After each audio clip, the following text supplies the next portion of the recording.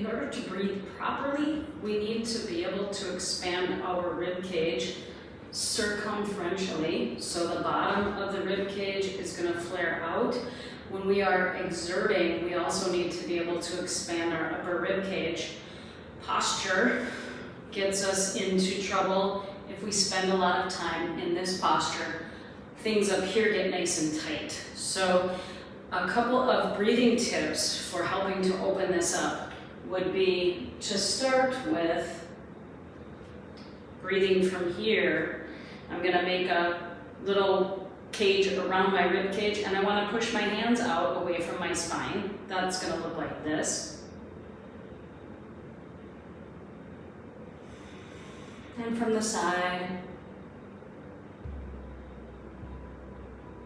And once I get that down, I can take a dowel and I can put this dowel on the back of my neck, so I'm not up here on the top of my neck, I am on the top of my shoulders.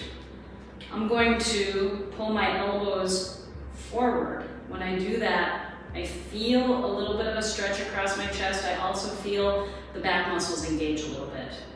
The other thing I'm going to do is I'm going to gently pull down on this bar. So I'm gently pulling toward the floor again, feeling that in my shoulder blades as my shoulder blades drop. When I breathe, I'm going to stand here. I'm not going to lift my sternum by extending my low back. I'm going to stand here and I'm going to turn on the muscles in my upper back and shoulders to lift my sternum just slightly. It looks like this. From here to here. And my low back stays neutral.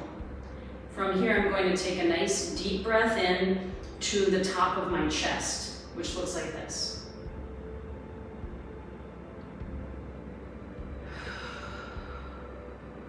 So I'm expanding the bottom of my rib cage like I did in the first part of this video, and I'm breathing into the top of my chest.